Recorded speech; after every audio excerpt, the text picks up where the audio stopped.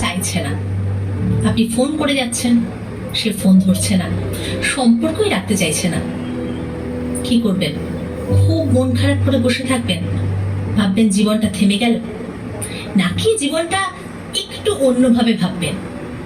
এই নিয়ে জানতে হলে দেখতে থাকুন আজকের ভিডিওটা।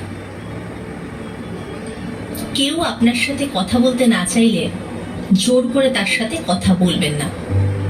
সে যদি আপনার সবচাইতে কাছের মানুষটিও হয়, তাও তাকে ফোনের পর ফোন করে যাওয়ার কোনো মানে হয় না। আপনি যাকে এখনো কাছের ভাবেন, সে হয়তো আপনাকে এখন আর তার কাছের কেউ ভাবে না। আপনি যাকে প্রিয় ভাবেন, সে হয়তো আপনাকে প্রিয় আর ভাবে না। মানুষ বদলায়, মেনে নিন। এই বদলকে মেনে নিয়ে নিজেকেও বদলে ফেলুন। জোর করে তো ভালোবাসা হয় না, অভিনয় হয়।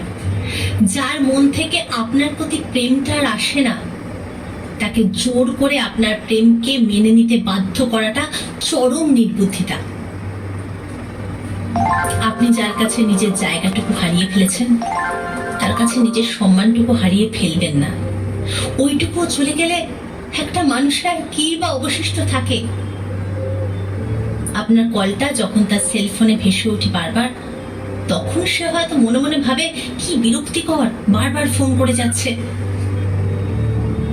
নিজেকে অনাকাঙ্ক্ষিত বানিয়ে ফেলাটা আপনার হাতে না থাকলেও নিজেকে বিরক্তিকর বানিয়ে না ফেলাটা পুরোপুরি আপনার হাতে। কাছের মানুষ হয়, আজীবনের মানুষ বলে কিছু হয় না। কাউকে জোর করে আজীবনের মানুষ বানানো যায় না। ওরকম কিছু করার চেষ্টা করার অর্থই হলো নিজের জীবনকে বিষিয়ে তোলা। প্রত্যেকেরই নিজস্ব পছন্দ অপছন্দ রয়েছে। আপনি জোর করে কারো পছন্দের